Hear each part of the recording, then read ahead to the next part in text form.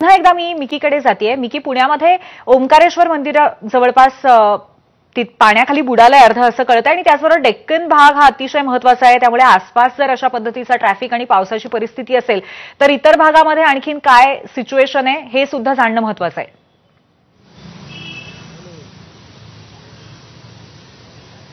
अगदी जर आपण बघितलं तर पुण्यामध्ये सलग तिसऱ्या दिवशी पावसाची संततधार सुरू आहे।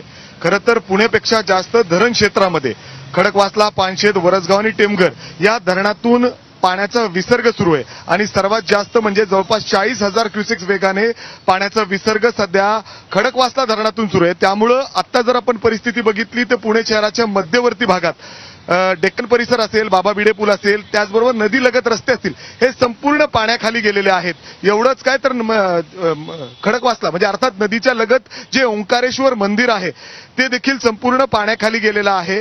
म्हणजे अर्थात पाणी झालेलं आहे संपूर्ण मंदिरामध्ये, अशी परिस्थिती त्या ठिकाणी सध्याची पाहायला मिळते।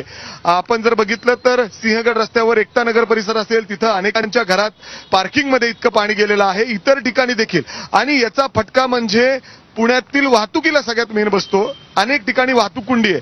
मी जर आता अलका टॉकी म्हणजे किंबहुना बालगंधर्व चौक दाखवण्याचा प्रयत्न केला तर लांब या ठिकाणी पूर्ण ट्रॅफिक जॅम आहे, एकीकडचा रस्ता बंद करण्याची वेळ आली आहे। अशी परिस्थिती सध्या पुण्यातील काही रस्त्यांवर पाहायला मिळते। अशी परिस्थिती पुण्यात आहे।